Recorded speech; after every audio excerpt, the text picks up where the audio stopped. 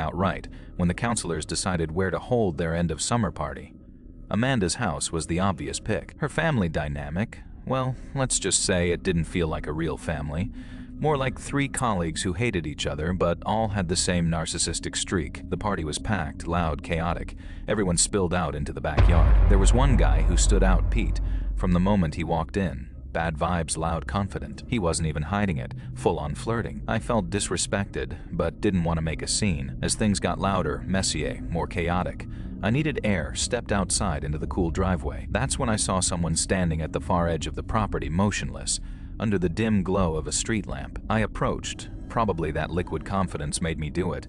I don't think I would have otherwise. He took slow steps toward me before stopping. Definitely a man, but no clear features in the dark. He didn't answer my question. Instead, he asked, "Are your parents home?" That threw me off.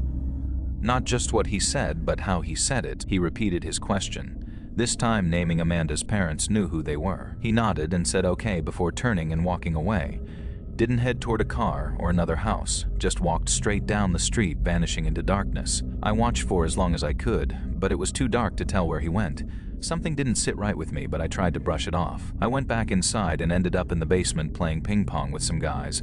Amanda had her pool table upstairs, so most of the crowd was up there. That's when I heard the doorbell ring. Didn't think much of it, at least not at first. Party.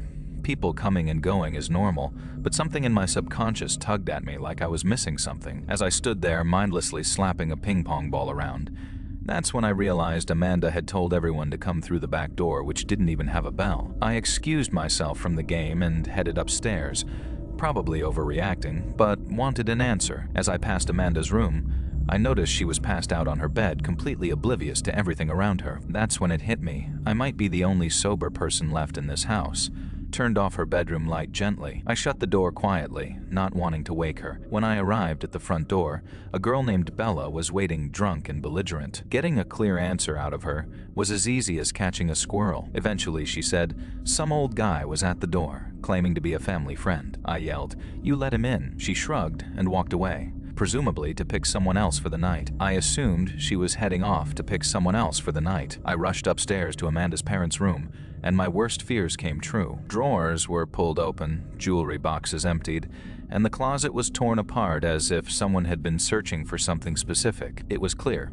He'd robbed them, and I figured he was already long gone. Everything was gone, exactly what he'd come to take. As I headed downstairs, I saw movement behind me, something quick and silent. It was a quick movement, like someone had slipped past me from behind. I turned too late. He tackled me before I could see his face. He knocked